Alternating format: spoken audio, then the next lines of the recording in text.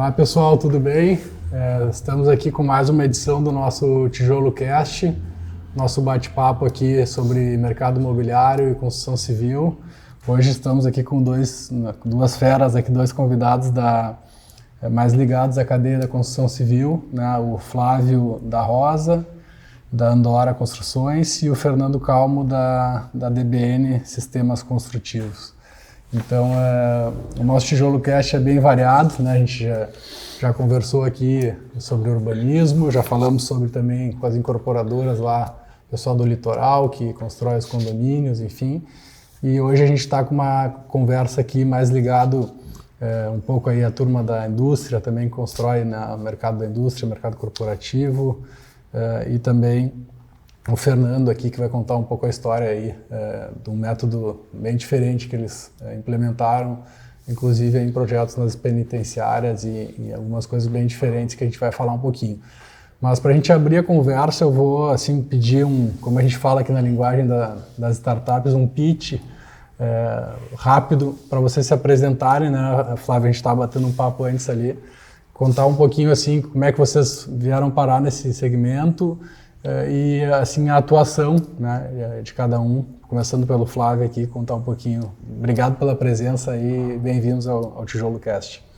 Exatamente, então, muito obrigado pelo convite. É uma satisfação, um prazer participar desse programa.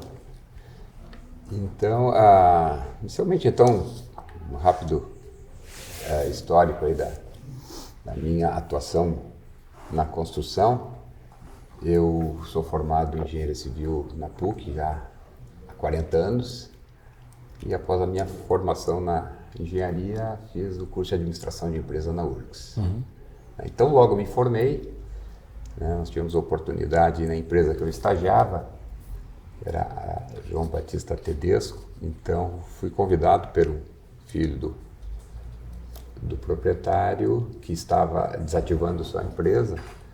E nós montamos então a Magalhães Rosa Tedesco, a MR Tedesco, isso em 84, 40 anos, né?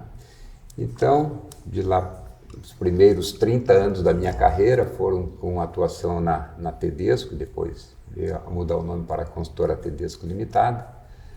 Então, teve uma atuação principalmente em obras industriais, prédios corporativos, obras comerciais. Né? E depois de 30 anos, então, houve aí uma oportunidade, uma situação que vendi minha participação na empresa para um grupo alemão, né? Então vinha me retirar da empresa. E então, mais recentemente, isso faz 5 anos, fui convidado para participar da Andora Construções. Então, a Andora é uma empresa que já atuava no segmento de obras rápidas, né?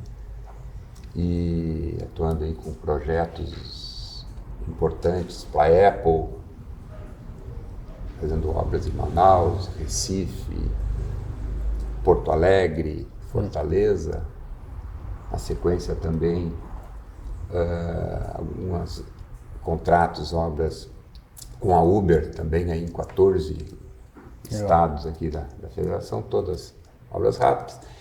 Isso aí, vamos dizer assim, os primeiros 5 anos da Andora. E aí, a partir da minha participação, foi desenvolvido aí uma atuação mais naquela segmento que eu atuava lá na antiga construtora. Prédios corporativos, obras industriais, não deixando de atuar também em obras rápidas. Hoje nós temos a Renner, que é uma grande cliente, já estamos aí com diversos projetos aí executados. Perfeito. Fernando, deixa eu ouvir um pouquinho aí a tua trajetória lá na DBN, como é que foi a história de vocês? Bom, eu sou engenheiro civil também de formação, pós-graduado em engenharia de custo, finanças e gestão empresarial, e trabalhei durante muito tempo, logo que eu me formei, como engenheiro numa empreiteira de obras rodoviárias. Durante 20 anos fui de engenheiro trainee a CEO da companhia e acabei conhecendo a Deboni, né, a antiga construtora Deboni, que eles trabalhavam também com construção de pontes e viadutos, nessa fase que eu trabalhava em engenharia rodoviária. Fiquei amigo do Carlos Deboni ali e acabei me tornando sócio dele na DBN, na nova reestruturação da empresa. A DBN ela tem uma origem, desde os seus primórdios, né, voltada à execução de obras rápidas. Né? A DBN começou com obras de saneamento, já usando formas deslizantes, depois trabalhou muito com frigoríficos, né? Fez muitos frigoríficos no Brasil. Foi com os frigoríficos que ela foi para os Estados Unidos aprender como fazer vigas protendidas, lajes protendidas para ter grandes vãos para as plantas, e aí começou a trabalhar com o pré-moldado. Do pré-moldado evoluiu para as pontes e viadutos, e das pontes e viadutos, né, desenvolveu um outro produto modular pré-moldado também, voltado a penitenciárias e voltado às construções de escolas. A gente chama de um sistema modular off-site. Hoje a gente trabalha como se fosse um grande Lego. Né? A gente tem uma indústria aqui em Ivoti, temos também uma planta em Alagoas, onde a gente produz um módulo em 3D, que ele é transportado em 3D, e aquilo vai dando composição e edificação às obras que a gente entrega. Os nossos principais focos hoje são as penitenciárias, escolas, hospitais, UPAs, delegacias de polícias, obras para o setor público, basicamente. Atendemos também o mercado privado, né? Já atendemos Bradesco, grandes redes de varejo aí para fazer lojas e tal. Essa é a nosso dia a dia. Legal. Depois eu quero aprofundar um pouquinho esse tema das penitenciárias, que o pessoal, a gente acaba se interessando em conhecer, porque deve ser uma questão bastante complexa, né? Lidar com esse tipo de construção, que tem que prever uma série de questões diferentes ali, né, da operação da penitenciária, e eu sei que vocês foram pioneiros aí, né? Já conversamos algumas vezes aí para conhecer o case, mas eu queria pegar um gancho aqui antes disso, que o Flávio falou e o Fernando também comentou um pouquinho de construções rápidas, né? Vocês mencionaram um pouco essa palavra, e nosso público aqui, o tema é um pouco mais técnico hoje, mas a gente conseguir traduzir um pouco para o público, né, entender, né, aqui o que é isso, como é que vocês enxergam essa evolução. A gente fala muito hoje no mercado mais de incorporação, que o canteiro de obras ele ainda é muito ineficiente, né? E a gente fala muito nessa questão da industrialização, né? Como é que a gente consegue fazer essa questão das peças do Lego, né, se encaixarem, e a gente ser mais assertivo nesse sentido. O tijolo ele até nasceu com essa intenção de trazer inovação para o segmento. Na época a gente acessou uma pesquisa que dizia que o setor era o segundo pior setor em inovação, só perdia para a pesca, né? Então a gente enxergou isso como uma oportunidade de trazer inovação. Eu acho que vocês já estão muito lá em cima desse ranking lá pelos projetos aí que vocês tocam, mas queria escutar um pouquinho, Flávio, quando tu fala nessa construção rápida, o que é isso de fato, né? Como é que vocês fazem acontecer, o quanto isso evoluiu no mercado, né? Bom, a construção rápida, ela realmente está evoluindo, mas principalmente no pré-obra, a partir de definição de projetos, né, e projetos devidamente compatibilizados. Isso é fundamental para que a obra rápida seja uma obra de sucesso. Né? Entender bem o cliente e, a partir disso, desenvolver projetos, e todos eles que não existam falhas, porque nós não teremos depois tempo para corrigir ou as falhas que eventualmente possam acontecer na obra. Porque muitas vezes, quando tu inicia a obra, tu já tem prazo de inauguração. Então, projetos bem feitos, compatibilizados. E um planejamento adequado é fundamental. Sim. Então, o pré-obra, ele vai determinar o sucesso da obra rápida. Perfeito. Então, claro que uma obra rápida, ela se caracteriza em tu fazer uma obra que num período normal levaria 50% a 80% maior o período. Então, tem questões aí de gestão, de programação, de equipes, de fornecedores que são fundamentais para que a obra seja executada e observada a data de inauguração. isso com nossos clientes é inegociável. Sim. Até porque às vezes tem multas envolvidas e tudo isso, né? E são muitas vezes obras de varejo onde o faturamento ele é intenso, né? E isso aí é imperdoável. Sim. Então isso aí é inegociável. Fernando, pegando o gancho do Flávio de materiais aí que ele comentou um pouco, como é que surgiu essa ideia de vocês das penitenciárias? Eu acho que as escolas, eu não sei se usam o mesmo tipo de estrutura de construção, imagino que sejam diferentes dos materiais, a resistência dos materiais e tudo.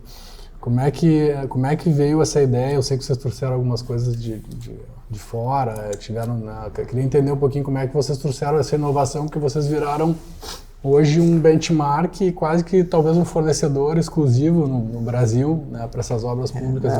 No segmento de obra modular leve, que a gente chama assim, que são as escolas, hospitais, UPAs, a gente trabalha com um módulo em estrutura metálica, revestido em fachada em painéis de GRC, que é o Glass Reinforced Concrete.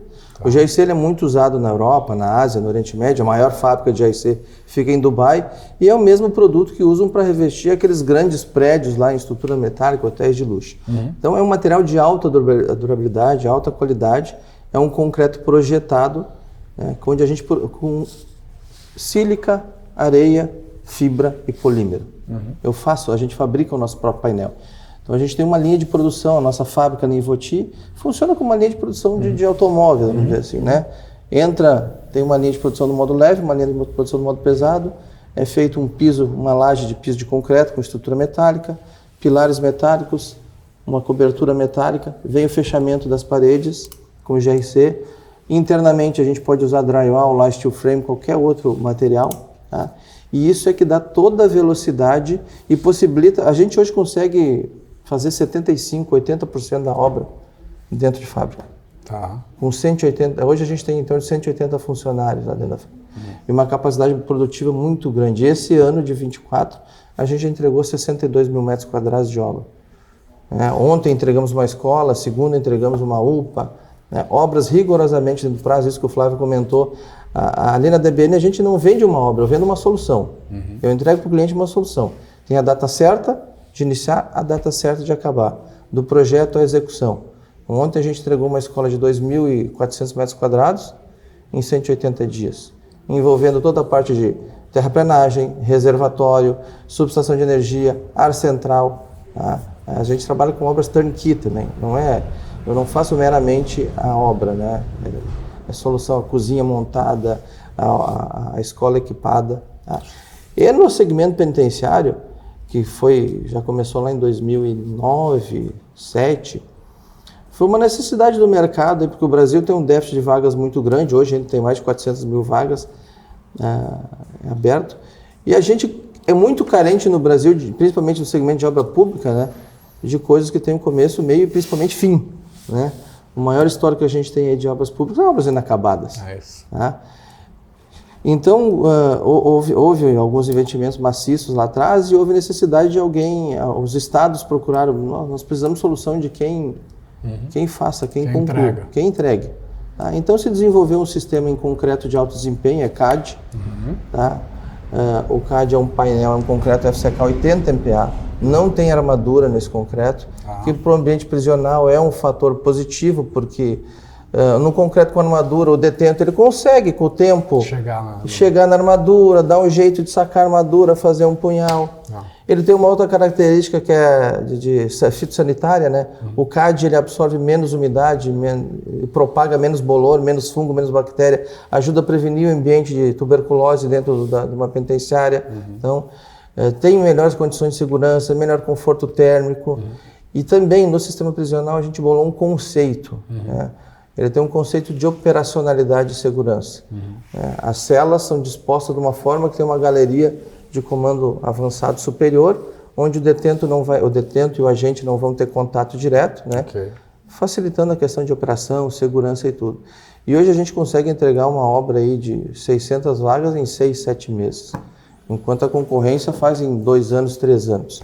Nós temos casos aqui no Rio Grande do Sul que a gente fez uma obra em 6 meses, pronta há 11 anos atrás, E a obra vizinha do mesmo tamanho está em execução até hoje. Já teve umas 10 licitações. Né? Nos últimos 4 anos aqui no Rio Grande do Sul, a gente entregou 5 penitenciárias. Impressionante. Então é um volume bastante. A gente já fez mais de 120 aí no Brasil. Acho que é a maior empresa em termos de penitenciária. E vocês fazem toda a penitenciária, não só as celas. Vocês Não, entregam toda. um prédio inteiro. No mesmo conceito que eu falei, é turnkey, né? A gente trabalha com... Eu vou fazer a terraplenagem, eu vou fazer o projeto, eu vou fazer a subestação, eu vou fazer o gerador, vou fazer o reservatório, vou fazer as fundações, vou fazer a parte administrativa, o ambulatório da penitenciária, as torres, a muralha, né? 100%, a pavimentação, a urbanização, o paisagismo, tudo que tiver. E as celas são padronizadas? São padronizadas. Já tem pelo próprio público, já tem uns modelos. Existe uma diretriz, que é a Resolução 09, que estabelece as diretrizes da arquitetura prisional. Então, o nosso sistema ele foi montado em cima desses parâmetros, para respeitar as dimensões mínimas, espessuras mínimas, né, todas as necessidades que ali são postas. Muito bom. Eu acho que um tema que a gente procura falar um pouco sempre é na questão de eficiência, né?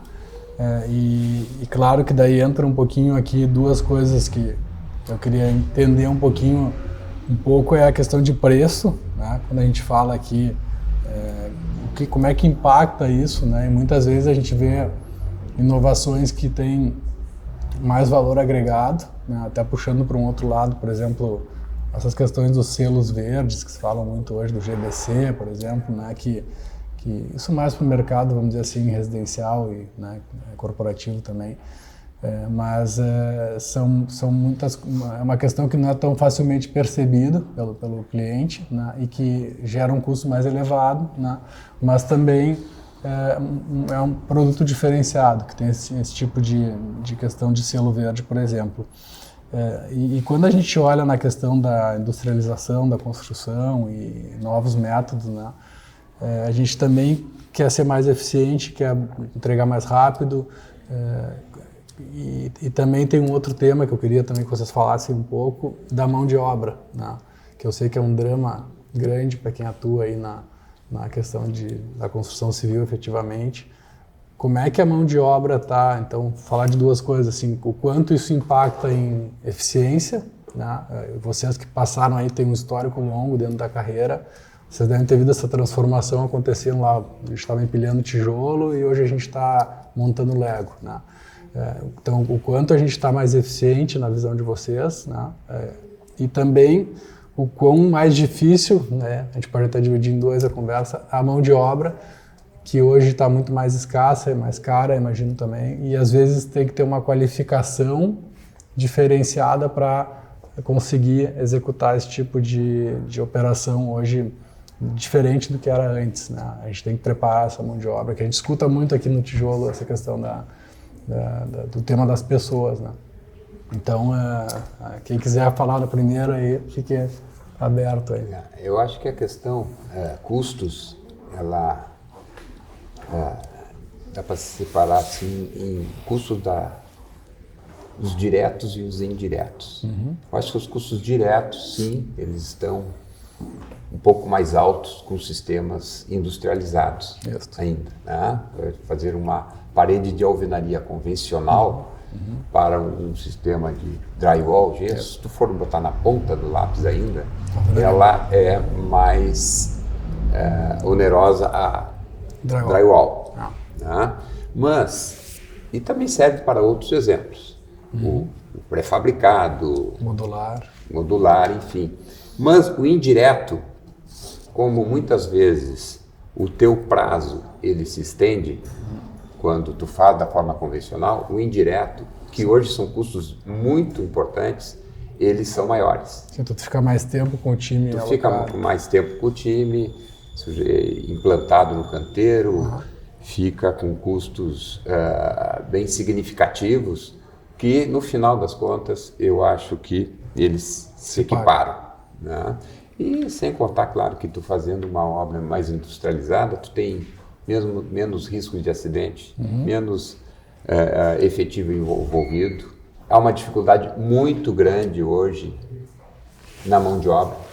Não está sendo feita sucessão dos antigos profissionais, pedreiros, carpinteiros, ferreiros, eles estão se aposentando e não estão formando sucessores. Gurizada não quer mais trabalhar. Não quer mais trabalhar. Essa questão também de fazer obras em locais distantes de sua residência, muitas vezes inóspitos quanto à questão de trabalhar intempéries, condições de trabalho diferentes, de repente esse pessoal ir para a indústria. Na indústria tu tem um ambiente controlado, tu tem todas as condições bem superiores a que um canteiro de obra. Então há uma dificuldade muito grande na disponibilização de mão de obra para a construção atualmente. E Fernando, para vocês é uma mão de obra diferente em função desse método que vocês têm, né, de ter a indústria e só a montagem, vamos dizer assim, é diferente? É diferente. A gente inclusive está na região ali de Voti, né, do setor coreiro calçadista, porque quem começou e quem trabalha lá na produção de GRC não são pedreiros, não são carpinteiros, não são ferreiros. É uma mão de obra que trabalhava na indústria calçadista e que ela tem mais cuidado com o acabamento, com o fino trato das coisas, né?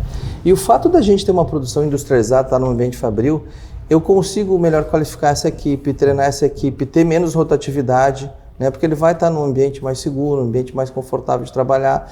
Eu tenho mais atratividade do que simplesmente uma pessoa que vai estar num canteiro de obra pipocando. A gente tem sim a dificuldade de mão de obra nos canteiros de obra. Porque eu ainda tenho que fazer a parte de montagem e como a gente faz muita obra Brasil afora e obras rápidas, né? Pô, tem obra de 60 dias, 90 dias, 120 dias, você acaba tendo uma rotatividade muito grande, terceiriza muito a mão de obra, né? Eu não tenho como ter... A gente está fazendo um hospital lá em Sinop agora, Mato Grosso, são 180 dias de obra. Eu não vou contratar uma equipe, eu terceirizo. Então, só que às vezes essa equipe que eu terceirizo, ela não está muito adaptada ao modular. Ela está adaptada à alvenaria, então eu tenho que fazer um treinamento, eu tenho sempre uma fase preparatória ali para conseguir, mas felizmente a gente vem conseguindo ter bons cases aí. E em relação ao custo, assim, eu sempre faço uma relação, o modular ele ainda é mais caro do que o convencional. Tem muita gente que diz que ele é mais barato, o meu modular não é mais barato, mas tem o custo do não fazer. Quanto que custa uma obra que começa e não acaba? Quanto que custa uma obra que não é entregue dentro do prazo? No varejo, aqui que ele falou que ele trabalha... Se eu tiver uma loja operando e faturando em 6 meses, ou operando e faturando em 1 ano, o que é melhor? Então, o custo indireto é essa... A gente tem um custo de logística muito alto também. Tem gente que diz, pô, vocês são loucos, tu vai botar... Sinop. Sinop eu coloco 2 módulos numa carreta, 36 metros quadrados. O frete daqui até lá é 30 mil. É praticamente R$1.000 o metro quadrado só do frete. Não, mas tu paga R$1.000 o frete. Não, mas eu vou fazer a obra em 6 meses em vez de 2 anos. Aí eu reduzo todo o meu custo indireto do engenheiro, canteiro, todo daquela. E uma coisa vai sai tudo de Voti. Uma coisa vai compensando a outra. Mas ela ainda tem um custo superior ao custo. Essa coisa que eu falei que a gente não enxerga às vezes, né? Tem que olhar o todo, né? Olhar o tempo que eu economizei, né? Que o cliente economizou, a mão de obra que eu eu digo assim, são custos intangíveis, né? Que você não está na ponta do lápis a nenhum número, mas que ele pesa muito na hora de tomar uma decisão. E a indústria, que vocês têm a parte da fábrica, né? Ela quantos funcionários tem? Ela é mais automatizada? Depende muito do ser humano ainda? Ela depende muito do ser humano ainda. Depende, A gente tem em torno de 180 funcionários ali, temos usinas de concreto própria, usinas de GRC próprio, mas o GRC ele é um produto que ele é produzido manualmente, né? Ele é um concreto espargido. Então você tem que montar uma forma, a montagem do módulo é solda, é parafuso, então ainda não é. Tem plantas já mundo afora ainda já mais automatizadas, mas a gente ainda está... Porque a gente não tem demanda aqui. Isso é outra questão. Fazer um investimento grande, eu teria que ter um volume de obra muito maior. Né? A gente tem muita sazonalidade. Tem meses que tem um monte de obra, tem meses que não tem obra. Então, é difícil investir pesado para conseguir ter uma planta... Hoje a nossa capacidade produtiva já está acima do que o mercado consome. Se eu automatizar ela, então... Daqui a pouco vocês vão ter que fornecer para terceiros. E o objetivo não é fornecer para terceiro, né? Aliás, a gente não fornece para terceiro, a gente produz somente para... Essa tragédia climática que tivemos aqui, Fernando, isso aí Boa. potencializou alguma coisa de novos contratos? Essa tragédia ainda não potencializou, mas eu vou dizer que a pandemia lá em 2020 potencializou bastante, tá? Principalmente no módulo leve, porque teve uma empresa de Santa Catarina ali, de Tubarão, que ela executou 5 hospitais no Brasil em parceria com a Ambev, com a Gerdau, né? E o pessoal do Brasil ao Cubo. A Brasil ao Cubo. E quando a Brasil ao Cubo fez aqueles 5 hospitais em 100 dias, 90 dias, aquilo foi capa de... Você sabe, no Jornal Nacional, Folha de São Paulo, Veja, e o telefone começou, as pessoas tomaram conhecimento do termo construção modular. Então, vamos para o Google, construção modular, aparece lá DBN, liga.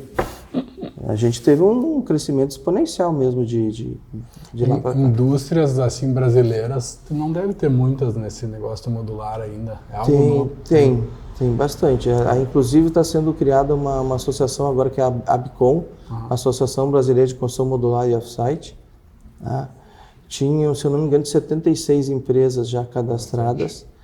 A grande maioria trabalha com light steel frame, com painéis isotérmicos, né? São alguns processos eu considero até que são mais voltados à construção provisórias, né? O steel frame, claro que não é provisório, mas alguns. Outra questão importante, todo o nosso sistema, né, ele está laudado dentro da NBR 15575, né, norma de desempenho, na questão de conforto térmico, acústico, estanqueidade, durabilidade, vida útil. Tá? A gente foi certificado também esse ano pela Associação Mundial de GRC, que fica sediada em Londres. Tá? Inspecionaram a nossa fábrica, inspecionaram a nossa produção. Legal. Agora, faz 2, 3 meses atrás. Tá? Muito bacana. As construções de madeira, vocês não é mais para o lado residencial? Enfim, a gente recebeu até uma empresa que fazia módulos em madeira, né, aqui até do Rio Grande do Sul. E aí teve o case lá da Suécia que a gente trouxe muito, que na Europa o pessoal utiliza muito, né, a questão de conforto térmico e eficiência também. Isso não é uma tendência para cá e está muito longe ainda, fora de questão? A gente não tem se deparado com alguma oportunidade nesse sentido. Acredito ainda que isso aí possa levar ainda algum tempo aí para que possa ser uma realidade. A gente tem escutado alguma coisa de residência, sim, lá no Sudeste, né? Mas eu não tenho, assim, entendimentos de que isso aí a curto e médio prazo possa ser uma realidade aqui ainda no noso meio. Eu queria puxar um pouco assim o tema, vocês até já falaram algumas coisas que são inovações, né? Mas assim, a questão da tecnologia, alargar um pouco essa questão para vocês falarem, o que no setor da construção efetivamente existe, né? E que vocês enxergam também como, para quem está nos olhando aqui, uma tendência, né? E aí, assim, bem amplo, né? Desde um sistema de controle da obra, né? Até, enfim, essas questões de... esses tempos teve uma empresa aqui também mostrando um sistema de IoT que tinha câmeras, né, nos funcionários, conseguia controlar a questão dos materiais, da jornada de trabalho. Enfim, vocês devem ter muito mais coisas para falar, mas o quanto, assim, a parte de... não só materiais, que é o que a gente falou mais hoje, mas de software, né, e de gestão também, né? Isso aí, sim, a gestão, ela está tendo algumas ferramentas aí que têm sido fundamentais para uma melhor performance, né? Lean Construction, Kanban, são já algumas ferramentas que já estão aí há algum tempo sendo desenvolvidas. E agora, na questão de gestão, gerenciamento, sim, isso aí é fundamental a cada vez que se usa e saber bem usar essas ferramentas. Tá?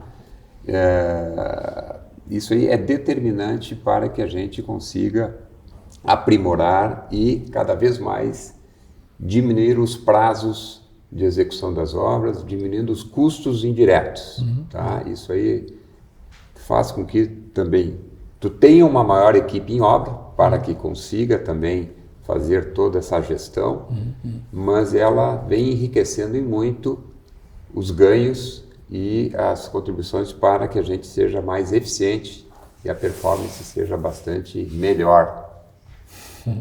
É uma ferramenta muito positiva que a gente usa é projetos em BIM. É isso que eu ia perguntar do BIM. Né? O projeto em BIM, hoje você consegue construir a obra numa realidade virtual e antecipar os problemas, né? Fazer essa compatibilização de projeto de uma maneira muito mais fácil e prática, porque na execução de obra rápida, as decisões têm que ser tomadas rápidas e quanto mais você conseguir antecipar e visualizar o que pode acontecer, é o que te favorece isso. Tá? Então, hoje tem ferramentas de realidade virtual, inteligência artificial, né, que a gente está implantando, tá melhorando o uso disso. A gente estabeleceu uma parceria agora, até que surgiu aqui de dentro do tijolo, uma indicação do Léo Trigger, ali da Suma, o escritório de projetos lá de Caxias, né?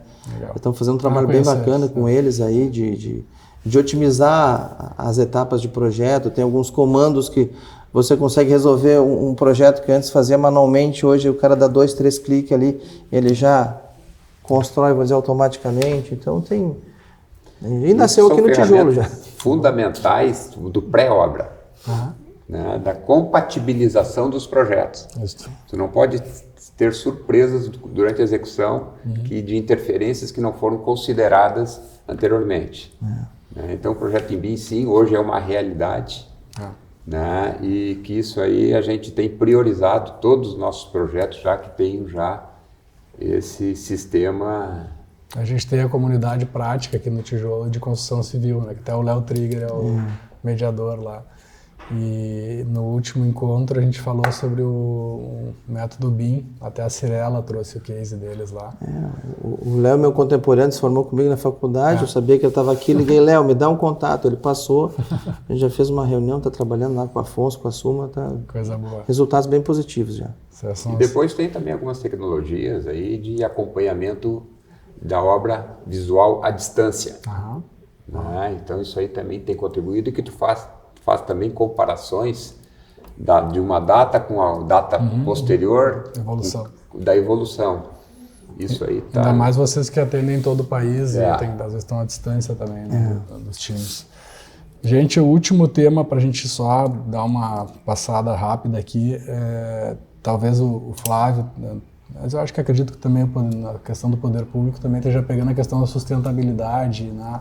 Eu sei que as empresas, né, tu falaste que constrói sede de várias empresas, falou em Apple aqui, falou também no Sicredi antes, né, que é nosso associado aqui também. Como é que essa turma tá? Existe uma exigência que venha dos projetos já para vocês, nesse sentido? Olha, Fred, não, na maioria dos casos, não há exigência. Mas nós temos provocado o cliente para a certificação, por exemplo, a certificação LEED. Tá? E demonstrando que essa certificação, que essa preocupação, que muitas vezes ela não onera a obra. Né? Muitas vezes, quando tu fazer aí uma consideração de sustentabilidade, muitas vezes tu vai fazer com que tu racionalize diversas instalações que tu não tinha pensado com eficiência. Como, por exemplo, a iluminação, sistemas de climatização, coleta de água, geração de energia. E a gente faz aí, então, essas considerações, essas provocações, e depois que muitas vezes são aceitas e que elas não oneram o projeto. Por quê? Muitas vezes tem alguns pontos que possam custar mais caro, valor maior, mas em função de uma otimização de energia, de climatização, faz com que a infraestrutura tenha um custo menor. Se a operação depois do... Sem contar depois a operação, né, o custo de operação, o custo da energia vai te compensar. Mas na própria implantação, tu tem redução de infraestrutura, redução de cabos. Né? Tu tem uma redução já na largada que muitas vezes compensa os itens que vão onerar. Né? Então isso aí tem sido aí uma provocação que a gente tem feito e muitas vezes de sucesso. Nos últimos 3 anos, nós conseguimos certificação LEED, Gold, Platinum, 7 obras aqui no estado. Né? Então isso aí tem tendo uma adesão, uma aderência bastante importante. E vocês lá é obrigatoriedade? No segmento público, a nova lei de licitações, agora 14.133, ela tem lá uma prerrogativa, né, de se dar um foco ambiental e sustentável às obras. Mas, em geral, não é posto em prática isso não, tá? Só que, como eu falei, a gente vende solução, e no vender solução a gente procura entregar para o cliente a questão de reaproveitamento de água, de energia fotovoltaica, de geração de biomassa, de geração de gás, né? Porque vamos pegar uma penitenciária, o custo de uma penitenciária é 3%. O custo da obra reflete 3% do custo de operação dela durante a vida útil dela, se eu considerar só 30 anos. Loucura. Então, é na hora de operar que o poder público vai ter o menor dispêndio de recursos. Claro. Então, se eu fizer ela racional, né, eu consigo dar economicidade para o poder público. A mesma coisa nas nossas escolas. A gente tem colocado painel fotovoltaico, cisternas para reaproveitamento de água, a questão de conforto térmico, né, para ter racionalidade no consumo de energia, de ar-condicionado, de climatização. Então, a gente também vendeu, como a gente faz projeto e execução, ao vender o projeto, a gente não faz a certificação, não tem feito certificação, mas a gente sempre procura entregar e apresentar para o cliente soluções mais sustentáveis, demonstrando que mesmo que ele invista um pouquinho a mais agora, que no decorrer da operação ele vai ter uma economia muito maior.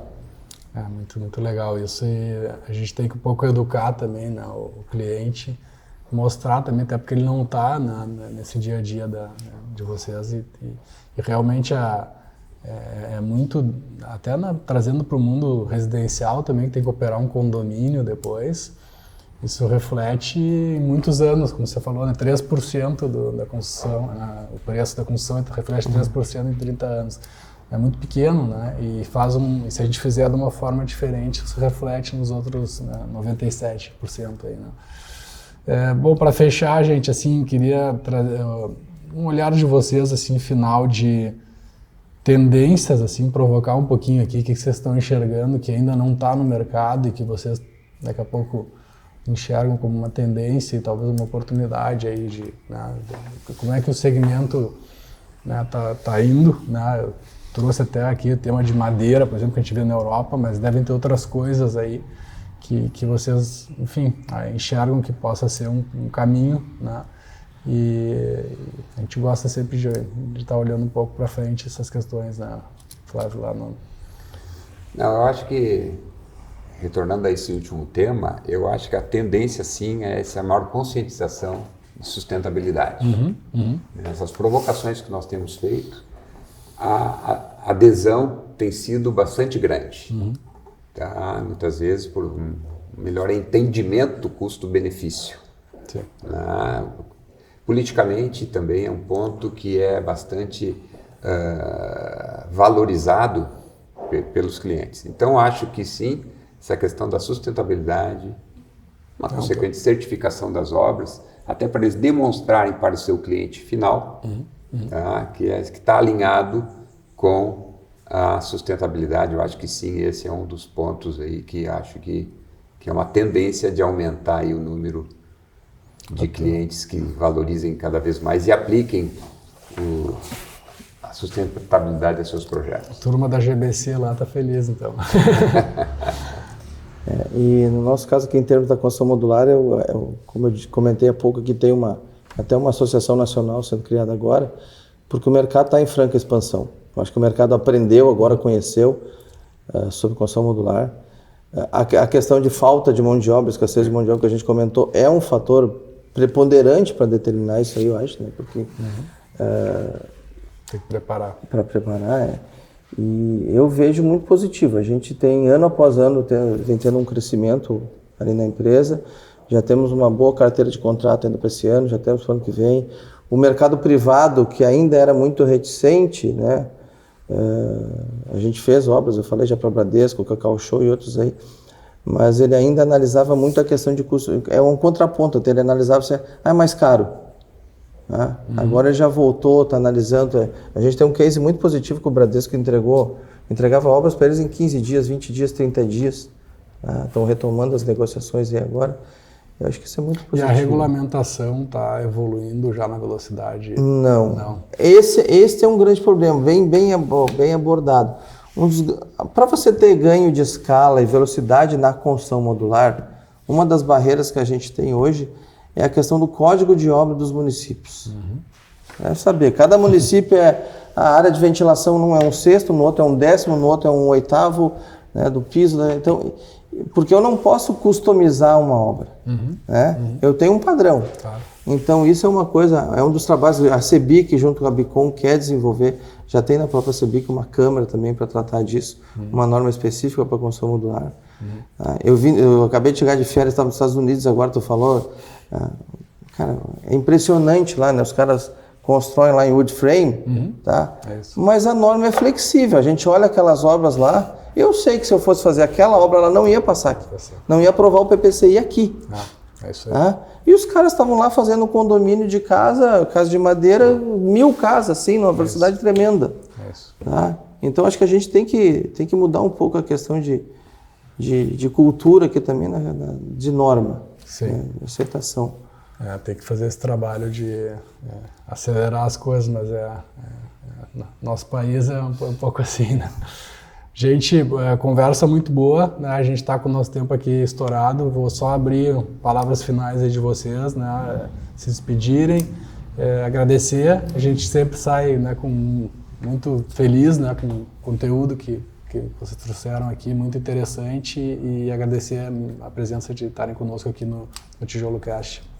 Flávio, considerações finais. Bom, muito obrigado aí, acho que foi bacana aí. Participar desse podcast, conhecer o Fernando, conversar aí com o Fred, uma experiência bacana também, tá? E teve uma satisfação e estamos aí à disposição aí para eventuais outros temas aí. Obrigado. Da mesma forma, agradecer o convite e parabenizar o Tijolo, né? Porque a gente está aqui, a DBN faz parte há uns 6 meses, né? E já estamos colhendo os frutos dessa parceria. Legal. Eu acho que é muito interessante a proposta, a ideia. Bacana. E também é um prazer conhecer o Flávio e o Frederico. A gente que agradece, são 2 associados nossos aqui, né? A DBN e Endora. Então, é um prazer estar com vocês e vocês estão em casa aqui também. Valeu, gente. Obrigado. E Obrigado. Vamos em frente.